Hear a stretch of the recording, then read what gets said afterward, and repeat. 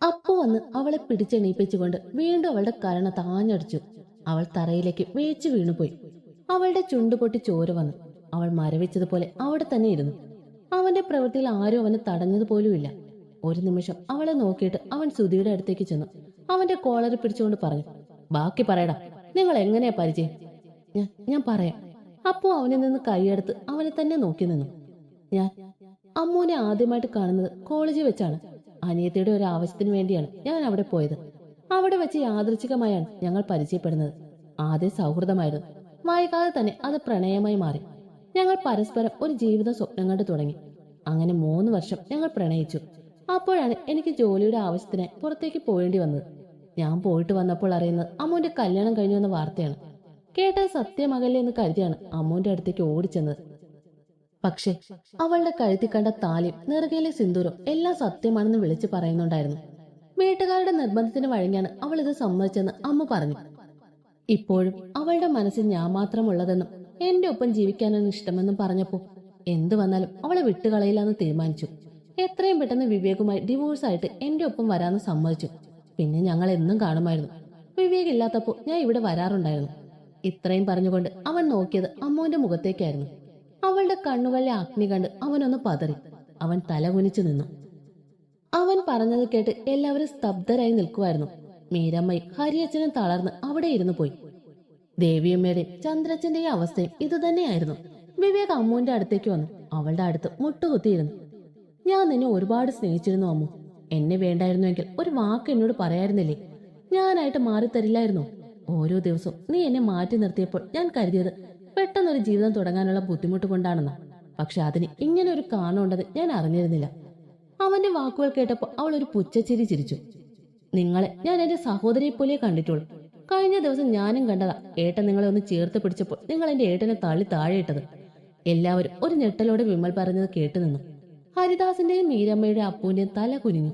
ഹരി ചന്ദ്രേട്ടന്റെ അടുത്ത് ചെന്ന് ആ കൈ പിടിച്ചു. എന്നിട്ട് പറഞ്ഞു, എന്റെ മകൾ ചെയ്ത തെറ്റിന് ഞാൻ മാപ്പ് ചോദിക്കുന്നു. നിങ്ങൾക്ക് എന്ത് തീരുമാനം വേണമെങ്കിലും എടുക്കാം. ഇനി ഇങ്ങനൊരു മകൾ ഞങ്ങൾക്കില്ല. അച്ഛൻ അങ്ങനെ പറഞ്ഞപ്പോഴേക്കും അമ്മ കണ്ണുകൾ ഇറുകെ അടച്ചു. ഹരി അമ്മുവിന്റെ അടുത്തേക്ക് ചെന്നു. എന്നിട്ട് അവളോടായി പറഞ്ഞു, നീ ഒരു കാര്യം ചെയ്യണം. ഇനി ഒരിക്കലും ഞങ്ങളുടെ ജീവിതത്തിലേക്ക് നീ വരാൻ പാടില്ല. എങ്ങോട്ടാന്ന് വെച്ച പൊയ്ക്കോണം. അച്ഛാ, വിളിക്കരുത് നീ ഇനി എന്നെ അങ്ങനെ. നിന്നെ പോലെ ഒരു പിഴച്ചവളെ ഇനി എന്റെ കൺമുന്നിൽ പോലും കാണരുത്. അതും പറഞ്ഞ് ഹരി അവിടെ നിന്ന് ഇറങ്ങി നടന്നു. നിന്നെപ്പോലെ ഒരു പിഴച്ചവൾ എന്റെ വയറ്റിൽ തന്നെ പിറന്നല്ലോടെ മഹാപാപി. എവിടെയെങ്കിലും പോയി ചാവ് നീ. അതും പറഞ്ഞ് കരഞ്ഞുകൊണ്ട് മീരമ്മയും ഇറങ്ങിപ്പോയി. അപ്പോ അവളുടെ അരികിലേക്ക് വന്നു. നിന്നെ എന്റെ പെങ്ങളാണെന്ന് പറയാൻ തന്നെ എനിക്ക് അറപ്പ് തോന്നുന്നു. അച്ഛൻ പറഞ്ഞത് ഒന്നുകൂടി പറയോ? ഇനി നിന്നെ ഞങ്ങളുടെ ആരുടെ ജീവിതത്തിൽ കാണരുത്.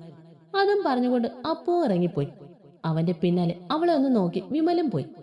നിന്നെ ഞാൻ എന്റെ സ്വന്തം മോളായിട്ടേ കണ്ടിട്ടുള്ളൂ. എന്നിട്ടും അവളോട് അത്രയും പറഞ്ഞുകൊണ്ട് ദേവിയമ്മ അവരുടെ റൂമിലേക്ക് പോയി. ചന്ദ്രച്ചനും അവളെ നോക്കിക്കൊണ്ട് അവിടെ നിന്ന് പോയി. കുറച്ചു സമയം അമ്മ അങ്ങനെ തന്നെ ഇരുന്നു. എന്നിട്ട് പയ്യെ എണീറ്റ് വിവേകിന്റെ മുന്നിലേക്ക് ചെന്നു. കുറച്ചു നേരം അവന്റെ മുഖത്തേക്ക് തന്നെ നോക്കി നിന്നു. അവളുടെ നോട്ടത്തിൽ അവനൊന്ന് പതറി. അവന്റെ പതർച്ച കണ്ട് അവളുടെ മുഖത്ത് പുച്ഛം നിറഞ്ഞു. എന്നിട്ട് അടുത്ത് നിൽക്കുന്ന സുധിയോടായി പറഞ്ഞു, നിങ്ങൾ ആരാണെന്നോ ഏതാണെന്നോ എനിക്കറിയില്ല. ഇപ്പൊ ഇവിടെ പറഞ്ഞതൊക്കെ നുണയാണെന്ന് നിങ്ങൾക്ക് തന്നെ അറിയാം. ഒന്ന് ഓർത്തു വെച്ചു. നിങ്ങൾ എന്തിനു വേണ്ടിയാണോ ഇപ്പൊ എന്റെ ജീവിതം തകർത്തത്, അതുകൊണ്ട് നിങ്ങൾക്കൊരു ഉപയോഗം ഉണ്ടാകാൻ പോകുന്നില്ല. പിന്നെ നിങ്ങൾക്കൊരു സഹോദരി ഉണ്ടെന്ന് പറഞ്ഞില്ലേ, നാളെ അവൾക്ക് എന്റെ അവസ്ഥ ഉണ്ടാകാതെ നോക്കിക്കോ. ഈശ്വരൻ എന്നൊരാൾ എല്ലാം കാണുന്നുണ്ട്. ഒരു പെൺകുട്ടിയുടെ ജീവിതം തകർത്തതിലുള്ള ശിക്ഷ നിങ്ങൾക്ക് നിങ്ങളുടെ കുടുംബത്തിനും കിട്ടിയിരിക്കും, മറക്കണ്ട. അവളുടെ വാക്കുകളിലെ അഗ്നിയിൽപ്പെട്ട് അവൻ വെന്തുരുക്കി. അതിനുശേഷം അവൾ വിവേകിന്റെ മുമ്പിൽ ചെന്ന് നിന്നു. അവന്റെ മുഖത്ത് തന്നെ നോക്കിക്കൊണ്ട് അവനോടായി പറഞ്ഞു, അഭിനയമൊക്കെ അസലായിരുന്നു. ആരുടെ തിരക്കഥയായിരുന്നു, നിങ്ങളുടെയോ അതോ ലക്ഷ്മിയുടെയോ? അവളുടെ വാക്കുകൾ കേട്ടതും അവൻ ഞെട്ടിത്തരിച്ചു പോയി. സ്വന്തം ഭാര്യയുടെ മുറിയിലേക്ക് ഒരു അന്യപുരുഷനെ കടത്തിവിട്ട് കാമുകിക്ക് വേണ്ടി കാമുകൻ ഭാര്യയ്ക്ക് അഭിഹിതം ഉണ്ടാക്കുന്നു. കൊള്ളാം, നല്ല ഐഡിയ തന്നെയാ. കൈ നനയാതെ മീൻ പിടിക്കാം. അവൾ പുച്ഛത്തോടെ പറയുന്നത് കേട്ട് അവന്റെ തല കുനിഞ്ഞു. തനിക്ക് എന്നെ ഒഴിവാക്കണമെങ്കിൽ അത് എന്നോട് നേരിട്ട് പറയാമായിരുന്നു. ഒരു പരാതിയുമില്ലാതെ ഞാൻ ഒഴിഞ്ഞു തന്നനെ. പക്ഷെ താൻ ചെയ്തതോ? ഒരു നിമിഷം അവൾ മുഷ്ടി ചുരുട്ടി കണ്ണടച്ചു നിന്നു. ദേഷ്യം നിയന്ത്രിച്ചു. സ്വന്തം ഭാര്യയെ പോലും കൂട്ടിക്കൊടുക്കാൻ മടിയില്ലാത്ത നിന്നെ പോലെ നട്ടലില്ലാത്തവന്മാരെല്ലാം ഇതോ ഇതിനപ്പുറം കാണിക്കും. അത് മനസ്സിലാക്കാൻ ഞാൻ വൈകിപ്പോയി. ഒന്ന് ഓർത്തോ നീ? നിന്റെ മറ്റവൾക്ക് വേണ്ടി എന്റെ ജീവിതം തകർത്തില്ലേ നീ? അവളോടൊപ്പം സമാധാനത്തോടെ നീ ജീവിക്കില്ല, നരകിക്കും. നീറി നീറി കഴിയുന്നേ. ഞാനിപ്പോ അനുഭവിച്ച വേദനയുടെ ഇരട്ടി നീയും അറിയും. ഒടുവിൽ എല്ലാം നഷ്ടപ്പെട്ട് നീ വരും എന്റെ മുമ്പിൽ. അങ്ങനെ ഒരു കാഴ്ച ഞാൻ കണ്ടിരിക്കും. അതുവരെ നീ ചത്തു തൊലയാതിരിക്കാൻ ഞാൻ പ്രാർത്ഥിക്കും. അതും പറഞ്ഞ് അവൾ കഴുത്തിക്കിടുന്ന താലി ഊരി അവന്റെ മുഖത്തേക്ക് വലിച്ചെറിഞ്ഞു. എന്നിട്ട് റൂമിലേക്ക് കയറിപ്പോയി. ഇരു കാരണത്തും ചെരുപ്പ് കൊണ്ട് മാറി മാറി അടിച്ച പ്രതീതിയായിരുന്നു അവന്. അവൾക്കൊന്നും അറിയില്ലെന്ന് കരുതിയാണ് എല്ലാം ചെയ്തത്. പക്ഷേ വേണ്ടായിരുന്നു, ഒന്നും വേണ്ടായിരുന്നു. അവൻ ആദ്യമായി ലക്ഷ്മിയോട് ദേഷ്യം തോന്നി. എല്ലാം ലക്ഷ്മി പറഞ്ഞിട്ടായിരുന്നു അവളെ സ്വന്തമാക്കാനെ. ഒരുപാട് സ്നേഹിച്ചത് അവളെ. ഒരിക്കൽ കൂട്ടുകാരനെ കാണാൻ പോയപ്പോഴാണ് അവളെ ആദ്യമായി കാണുന്നത്. പാവപ്പെട്ട വീട്ടിലെ പെൺകുട്ടിയായിരുന്നു. ആദ്യ കാഴ്ചയിൽ തന്നെ ഇഷ്ടമായി. അവൾ തിരിച്ചു ഇഷ്ടപ്പെടാൻ തുടങ്ങിയപ്പോൾ സ്വർഗം കിട്ടിയതുപോലെയായിരുന്നു. അവൾക്ക് വേണ്ടിയാണ് ബാംഗ്ലൂർ ജോലിക്ക് പോയത്. വൈകാതെ അവളെ അങ്ങോട്ട് കൊണ്ടുപോയി. പ്രണയം പറഞ്ഞ വീട്ടിൽ സമ്മതിക്കില്ലെന്ന് കരുതിയാണ് അവളുടെ വീട്ടിൽ നിന്ന് ആലോചന പോലെ കൊണ്ടുവന്നത്. പക്ഷെ അച്ഛൻ സമ്മതിച്ചില്ല. അച്ഛൻ അമ്മുവുമായിട്ടുള്ള കല്യാണത്തിന് വാക്കു കൊടുത്തു അത്രേ. കുറെ പറഞ്ഞു നോക്കി, പക്ഷെ അച്ഛൻ കേട്ടില്ല. അച്ഛനെ ധിക്കരിച്ച വീടിന് പുറത്താകുമെന്നറിയാം. അപ്പോൾ ലക്ഷ്മിയ എങ്ങനെ ഒരു ഐഡിയ പറഞ്ഞത്. ഇതുവരെ ചെയ്തത് വലിയ കുറ്റബോധമൊന്നും തോന്നിയില്ല. പക്ഷെ ഇപ്പോ അമ്മ പറഞ്ഞ ശാപവാക്കുകൾ അവന്റെ ചെവിയിൽ മുഴങ്ങിക്കൊണ്ടിരുന്നു. റൂമിൽ കയറി കയ്യിൽ കിട്ടിയതെല്ലാം ഒരു ബാഗിൽ വെച്ചുകൊണ്ട് അവൾ ആ വീടിന്റെ പടിയിറങ്ങി. പറഞ്ഞു കഴിഞ്ഞതും അവൾ പൊട്ടിക്കരഞ്ഞു. അലക്സും ലീനയും എബിയും എന്ത് ചെയ്യണമെന്നറിയാതെ പകച്ചിരിക്കുകയായിരുന്നു. തന്റെ പെണ്ണനുഭവിച്ച വേദനകൾ ഓർത്ത് അലക്സിന്റെ ഉള്ളം നേറിക്കൊണ്ടിരുന്നു. അവളുടെ വീട്ടുകാരോട് പോലും അവന് ദേഷ്യം തോന്നി. അവളെ ഒന്ന് കേൾക്കാൻ പോലും കൂട്ടാക്കാത്തത്. കുറച്ചു സമയം അവളെ നോക്കി നിന്നിട്ട് അവൻ കാർ സ്റ്റാർട്ട് ചെയ്ത് മുന്നോട്ട് പോയി, വ്യക്തമായ തീരുമാനങ്ങളോടെ. അലക്സിന്റെ കാറ് ആ വലിയ ഫ്ളാറ്റ് സമുച്ചയത്തിന്റെ മുന്നിൽ വന്നു നിന്നു. വണ്ടി നിർത്തിയിട്ട് അവൻ തിരിഞ്ഞു നോക്കിയപ്പോൾ ലീനയുടെ മടി തലവെച്ച് കിടന്നുറങ്ങുന്ന അമ്മൂനെയാണ് കണ്ടത്. സീറ്റിലേക്ക് ചാരിയിരുന്ന ലീനയും ഉറങ്ങുവാണ്. അലക്സിന്റെ ചുണ്ടിൽ ഒരു പുഞ്ചിരി വിടർന്നു. അവന്റെ കണ്ണുകൾ അമ്മുവിൽ തന്നെ തങ്ങി നിന്നു. ഒരു മയത്തിലൊക്കെ നോക്കളിയ, അതിന്റെ ചോര ഇങ്ങനെ ഊറ്റാതെ. സൈഡിൽ നിന്ന് ഒരു അശരീരി കേട്ടാണ് അവൻ തിരിഞ്ഞു നോക്കിയത്. 32 പല്ലും വേളയെ കാണിച്ച് ഇളിച്ചുകൊണ്ടിരിക്കുക നമ്മുടെ എബിമ. ഞാൻ നോക്കിയതേ എന്റെ പെണ്ണിനെ. അതിന് നിനക്ക് നഷ്ടമൊന്നും ഇല്ലല്ലോ. പിന്നെ എനിക്ക് നഷ്ടമില്ലേ? ഒന്നാമത് എന്റെ പെങ്ങൾ കൊച്ച് ആകെ ക്ഷീണിച്ചിരിക്കുക. അതിന്റെ കൂടെ നീ ഇങ്ങനെ ചോര കൂടി ഊറ്റിയ അതിന്റെ കാര്യം എന്താവും? പോടാ. അലക്സ് ഒന്ന് ചിരിച്ചു. ആഹാ, പെണ്ണിനെ അടുത്ത് കിട്ടിയപ്പോ പഴയ ചിരിയൊക്കെ വന്നല്ലോ. അതിനും അവനൊന്ന് ചിരിച്ചതേ ഉള്ളൂ. മതി മതി, നീ അവരെ വിളിക്ക്. റൂമിൽ ചെന്ന് ഫ്രഷ് ആയിട്ട് ഫുഡ് കഴിക്കാൻ പോവാം. എബി ഒന്ന് മൂളിയിട്ട് തിരിഞ്ഞ് ലീനയെ വിളിക്കാൻ തുടങ്ങി. ലീനെ, എടി ലീന കൊച്ചേ. എബിയുടെ വിളി കേട്ട് ലീനയോടൊപ്പം അമ്മോ എഴുന്നേറ്റു. അവൾ ചുറ്റിനും നോക്കി. നിങ്ങൾ ഇറങ്ങി, ഞാൻ വണ്ടി പാർക്ക് ചെയ്തിട്ട് വരാം, അലക്സ് അവരോടായി പറഞ്ഞു. അവർ 3 പേരും കാറിൽ നിന്നും ഇറങ്ങി. അകത്തേക്ക് നടക്കുമ്പോഴും അലക്സും അവരുടെ പിന്നിലായി എത്തി. എബിയും ലീനയും ഒരുമിച്ച്. അമ്മു അവരുടെ തൊട്ടു പിന്നിലായി, അവളുടെ പിറകിലായി അലക്സും നടന്നു. അമ്മുന് ആകെ വല്ലാത്ത ക്ഷീണമായിരുന്നു. രാവിലെ മുതൽ ഒന്നും കഴിക്കാത്തതുകൊണ്ട് ശരീരം തളരുന്നുണ്ടായിരുന്നു. ഫ്ളാറ്റിന്റെ മുന്നിലായി എത്തിയപ്പോൾ എബി ചാവി എടുത്ത് ഡോറ് തുറന്നു. എബിയും ലീനയും അകത്തേക്ക് കയറി. അവരുടെ പിറകിലായി വന്ന അമ്മുന് പെട്ടെന്ന് കണ്ണിൽ ഇരുട്ട് കയറുന്നത് പോലെ തോന്നി. ചുവരിലേക്ക് പിടിക്കുന്നതിന് മുമ്പേ അവൾ പിന്നിലേക്ക് മറിഞ്ഞിരുന്നു. താഴെ വീഴുന്നതിന് മുമ്പ് 2 ബലിഷ്ഠമായ കരങ്ങൾ അവളെ താങ്ങിയിരുന്നു. ശബ്ദം കേട്ട് എബിയും ലീനയും പുറത്തേക്ക് വരുമ്പോൾ അമ്മ ബോധമില്ലാതെ അലക്സിന്റെ കൈകളിൽ കിടക്കുമായിരുന്നു. പെട്ടെന്ന് തന്നെ അവൻ അവളെ കോരിയെടുത്ത് അകത്ത് കൊണ്ടുപോയി കിടത്തി. പൾസ് നോക്കി, അത് വീക്കായിരുന്നു. അമ്മു, മോളെ കണ്ണു തുറക്കടാ. അലക്സിന്റെ ശബ്ദം ഇടറിയിരുന്നു. എബി കുറച്ച് വെള്ളമെടുത്ത് അമ്മുവിന്റെ മുഖത്ത് തളിച്ചു. അവൾ പയ്യെ കണ്ണുകൾ ചിമ്മി തുറന്നു. അവളുടെ കണ്ണുകൾ നേരെ പോയത് അവന്റെ ആ കരിനീല കണ്ണുകളിലാണ്. അവൾ ആ കണ്ണുകളിൽ തന്നെ കുറച്ചു നേരം നോക്കി നിന്നു. മറക്കാൻ ശ്രമിക്കുന്ന പല ഓർമ്മകളും അവളുടെ മനസ്സിലേക്കെത്തി. പെട്ടെന്ന് തന്നെ അവൾ നോട്ടം മാറ്റി. പയ്യെ എഴുന്നേറ്റിരിക്കാൻ ശ്രമിച്ചു. പക്ഷെ ഒന്നും കഴിക്കാത്തതും മനസ്സിന്റെ വിഷമവും എല്ലാം കൊണ്ട് അവൾ തളർന്നിരുന്നു. എബി, ഇനി പുറത്തേക്കൊന്നും പോകണ്ട, നീ പോയി ഫുഡ് വാങ്ങി വാ, അലക്സ് എബിയോടായി പറഞ്ഞു. ശരി. എബി ഒന്ന് മൂളിക്കൊണ്ട് പുറത്തേക്ക് പോയി. അപ്പോഴേക്കും അമ്മ വീണ്ടും മയങ്ങി തുടങ്ങിയിരുന്നു. കണ്ണടച്ച് കിടക്കുന്ന അവളുടെ മുഖത്ത് തന്നെ അവൻ നോക്കിയിരുന്നു. എന്താ ഇച്ചയ, വല്ല പ്രശ്നമുണ്ടോ? അമ്മ മയങ്ങിയതും ലീന അലക്സിനോട് ചോദിച്ചു. ഒന്നുമില്ല മോളെ, ഫുഡൊന്നും കഴിച്ചിട്ടുണ്ടാവില്ല, അതിന്റെയാ, അലക്സ് പറഞ്ഞു. ലീന വന്ന് അവളുടെ അടുത്തിരുന്നു. അവളുടെ നെറുകയിൽ തലോടിക്കൊണ്ടിരുന്നു. അലക്സ് അവളുടെ മറു സൈഡിലായിരുന്നു. എന്നിട്ട് അവൻ അവളുടെ നെറുകയിൽ അവന്റെ ചുണ്ടുകൾ ചേർത്തു. പാവം, ഒരുപാട് അനുഭവിച്ചു അല്ലേ ചായ? ലീന അവളുടെ മുഖത്തേക്ക് നോക്കിക്കൊണ്ട് പറഞ്ഞു. അലക്സ് ഒന്ന് അമർത്തി മൂളിയതേ ഉള്ളൂ. എങ്കിലും അവന്റെ മനസ്സിൽ തന്റെ പെണ്ണനുഭവിച്ച യാതനകളായിരുന്നു. അതിന് കാരണക്കാരായവരെ കൊല്ലാനുള്ള പക അവന്റെ മനസ്സിൽ ഉരുത്തിരിഞ്ഞു. അതിന്റെ ബലമായി അവന്റെ ഞരമ്പുകൾ വലിഞ്ഞു മുറുകി. കണ്ണുകൾ ചുവന്നു.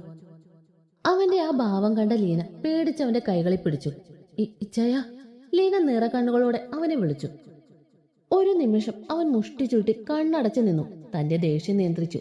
എന്നിട്ട് ലീനയെ നോക്കി ഒന്ന് ചിരിച്ചു. സോറി മോളെ, മോളെ പേടിക്കണ്ട, ഇച്ചയം പഴയതുപോലെ ആവില്ല.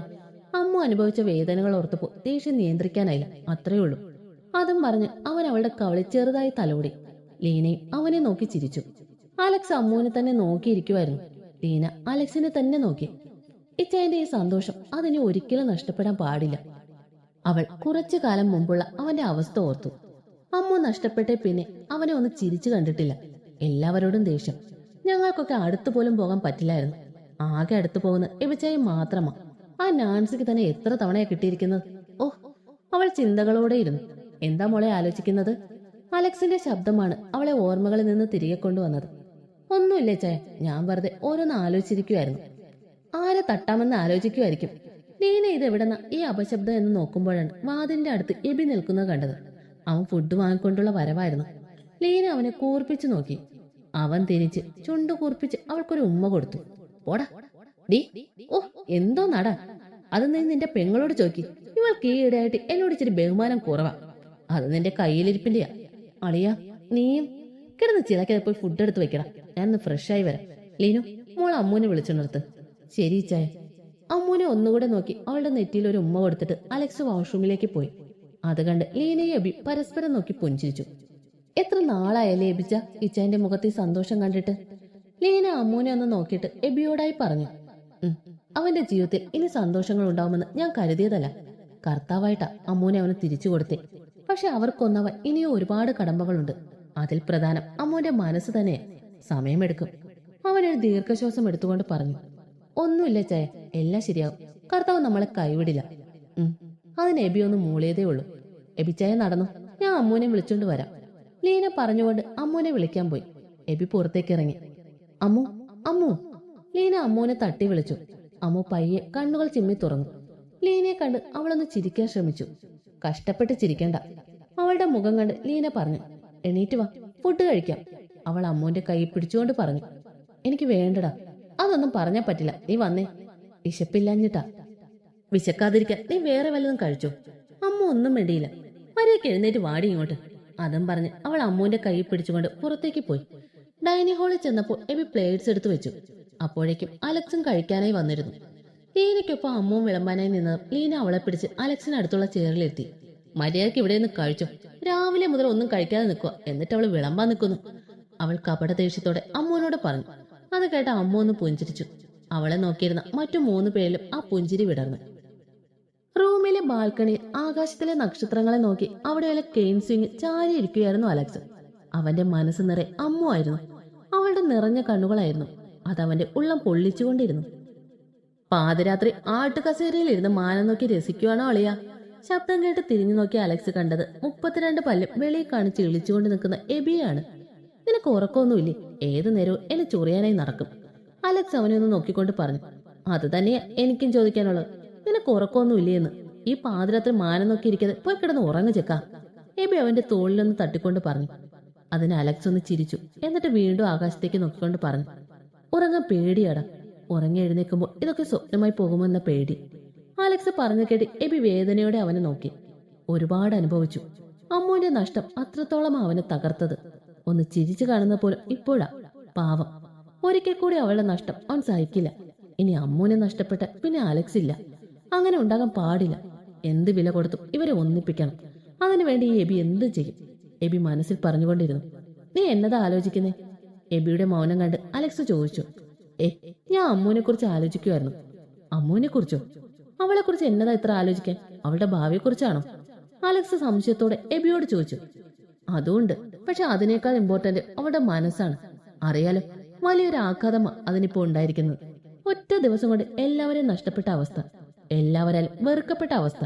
പെറ്റമ്മ പോലും തള്ളി പറഞ്ഞില്ലേ? നെഞ്ചു പൊട്ടുമായിരിക്കും പാവം. എബി പറഞ്ഞതും അലക്സിന്റെ മനസ്സിലും ലീനയെ കെട്ടിപ്പിടിച്ച് വാവിട്ട് കരയുന്ന അമ്മുവിന്റെ മുഖമായിരുന്നു. ഇല്ല എബി, ഇനി ഒന്നിനു വേണ്ടി ആരുടെ മുന്നിലേക്ക് അവളെ ഞാൻ ഇട്ടുകൊടുക്കില്ല. എനിക്ക് വേണം അവളെ, എന്റെ പഴയ അമ്മുവായിട്ട്, എന്റെ സ്വന്തം അമ്മുവായിട്ട്. അലക്സ് പറയുന്നത് കേട്ട് എബിയുടെ ചുണ്ടുകൾ പുഞ്ചിരി വിടർന്നു. നീ വാ, ഒന്ന് കിടക്ക്. നാളെ ഹോസ്പിറ്റലിൽ പോകാനുള്ളതല്ലേ? അതോ സ്വന്തം പെണ്ണ് അടുത്തുണ്ടെന്ന് കരുതി നാളെ ഇനി ലീവാക്കൂ? അവൻ കുസൃതിച്ചിരിയോടെ പറയുന്നത് കേട്ട് അലക്സ് അവന്റെ ചെവിക്ക് പിടിച്ചു. യോ, വിടയുടെ കാല. അവൻ ചാടി തുള്ളിക്കൊണ്ട് എഴുന്നേറ്റു.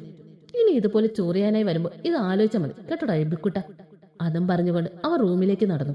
പോടാ നാറി. അവൻ ചെവി തിരുമ്മിക്കൊണ്ട് തിരിച്ചും ചീത്ത വിളിച്ചു.